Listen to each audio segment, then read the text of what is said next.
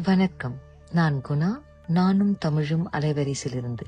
இன்னைக்கு நம்ம திருக்குறளிலிருந்து அறத்துப்பால் பகுதியிலிருந்து முதல் அதிகாரமான கடவுள் வாழ்த்திலிருந்து கற்றதினால் ஆய பயன் அப்படின்னு தொடங்குற 2வது திருக்குறளோட ஆழமான அர்த்தத்தையும் அதை எளிதா விளக்கக்கூடிய ஒரு அழகான சிறுகதை பற்றியும் தான் பார்க்க போறோம்.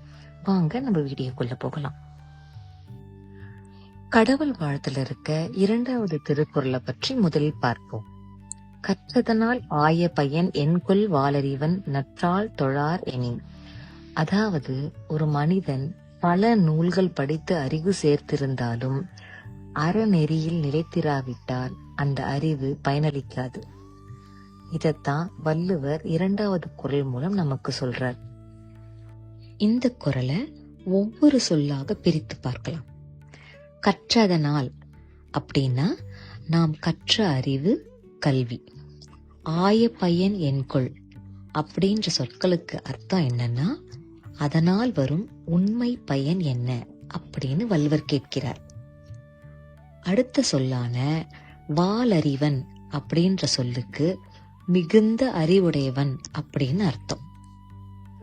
நற்றால் தொழார் எனின் அப்படின்னா நல்ல நெறியை பின்பற்றாதவன் என்றால். எளிமையாக இதை எல்லா சொற்களையும் நம்ம சேர்த்து புரிஞ்சுக்கணும்னா, அறிவுக்கு மேலானது அறம். அறமின்றி அறிவு இருந்தால் அதற்கு பயனில்லை. தமிழ்ல 2 முக்கியமான சொற்கள் இருக்கு. ஒன்னு அறிவு, இன்னொன்னு ஞானம். அறிவு என்பது நாம் கற்றுக்கொள்ளும் தகவல். ஞானம் என்பது அந்த அறிவை சரியான முறையில் பயன்படுத்தும் திறன். இந்த குறள் நமக்கு என்ன சொல்லுதுன்னா, அறிவு மட்டும் நமக்கு போதாது, அறத்தோடு சேரும் போதுதான் அது ஞானமாகிறது. அறமில்லாத அறிவு தவறான வழியில் ஓடும் நதி போல அப்படிங்கிறது நமக்கு புரிய வைக்குது. இன்று பலருக்கு அறிவு அதிகம், ஆனால் அதை பயன்படுத்தும் நேர்மை குறைவு. சிலர் பெருமைக்காக கற்கிறார்கள், சிலர் போட்டிக்காக கற்கிறார்கள், சிலர் பிறரை கீழே தள்ள கற்கிறார்கள். வள்ளுவர் நமக்கு ஒரே ஒரு கேள்வியைத்தான் கேட்கிறார்.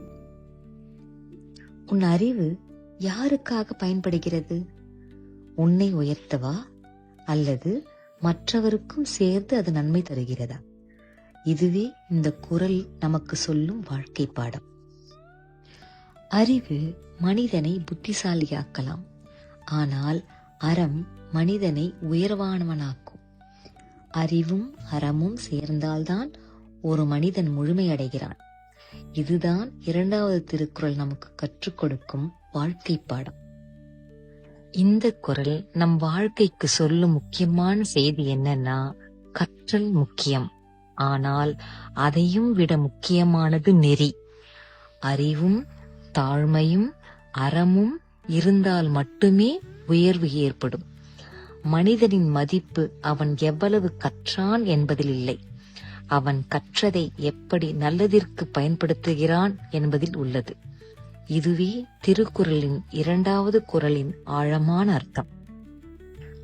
அறிவு நமக்கு திறமையை தருகிறது, ஆனால் அந்த திறமை எதை நோக்கி செல்ல வேண்டும் என்பதை அறமே சொல்லிக் கொடுக்கிறது.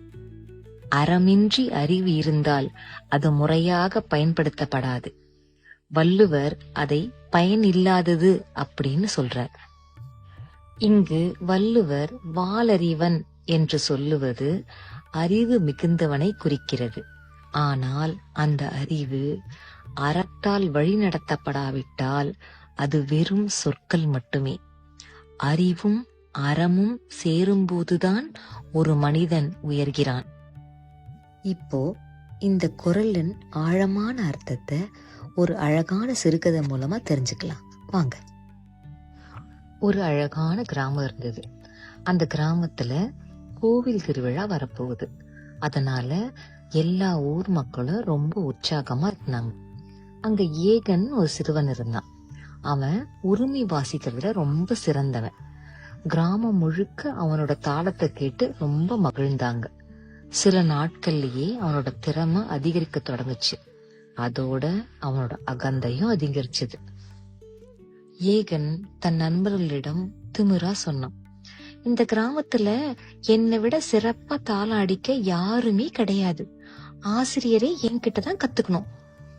அவன் தன் குருவோட ஆலோசனையை கூட கேட்கல. எனக்கு அதெல்லாம் தேவையில்லை, எனக்கு எல்லாமே ஏற்கனவே தெரியும். திருவிழா நாள் வந்தது. ஏகன் மேடை மேல ஏறி தாளம் அடிக்க ஆரம்பிச்சான். ஆனா அவன் குருவின் சொல்ல கேட்காததுனால அவனோட தாளம் எல்லாம் தப்பு தப்பா போச்சு. கிராமத்தார எல்லாரும் அவனை திட்ட ஆரம்பிச்சாங்க. ஏகன் முகம் சிவந்து தலை குனிஞ்சான். அவன் கடைசியாதான் உணர்ந்தான், அறிவுக்கும் திறமைக்கும் நடுவுல அடக்கம் இல்லைன்னா அது வீணாத்தான் போகும். குரு அவனை அருகில் அழைச்சு மெதுவா சொன்னார், மகனே, உன்னிடம் திறமை இருக்கிறது, அது சந்தேகமே இல்லை. ஆனால் திறமையை வழிநடத்த போகும் நெறி இல்லை. அது இல்லை என்றால் உன்னுடைய திறமை பயனற்றது. அவருக்கு திருக்குறளை ஓதினான். கற்றதனால் ஆய பயன் என்கொள் வாளறிவன் நற்றால் தொழாரெனின் அறமின்றி கற்ற அறிவுக்கு மதிப்பில்லை என்பது ஏகனின் மனதில் ஆழமாக பதிந்தது. அந்த நாளிலிருந்து ஏகன் தன் குருவோட ஆலோசனையை கேட்டு அறிவோடும் அடக்கமோடும் பணிவோடும் இருந்தான்.